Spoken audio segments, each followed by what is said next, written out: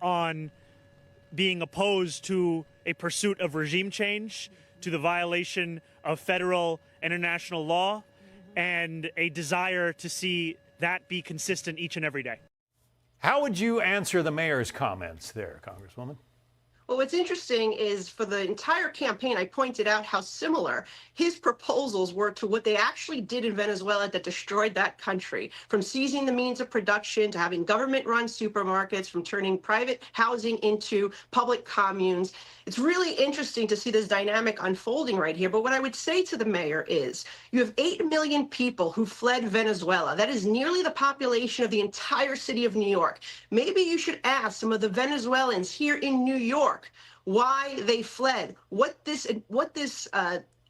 dictatorship did to their families, the human rights and oppression that they've implemented that has been destructive.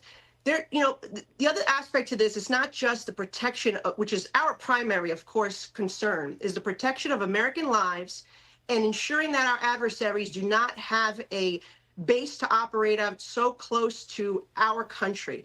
But in addition to that, think about the 28 million Venezuelans who now have a hope for freedom, that they can once again live free, because for years they were living under this dictatorship that they did not elect, that was illegitimate, and that was empowering these cartels and gangs, the very same cartels and gangs that flooded New York when Biden opened up the borders and allowed them to do so and prey on the American people. So unfortunately, this mayor is very misguided.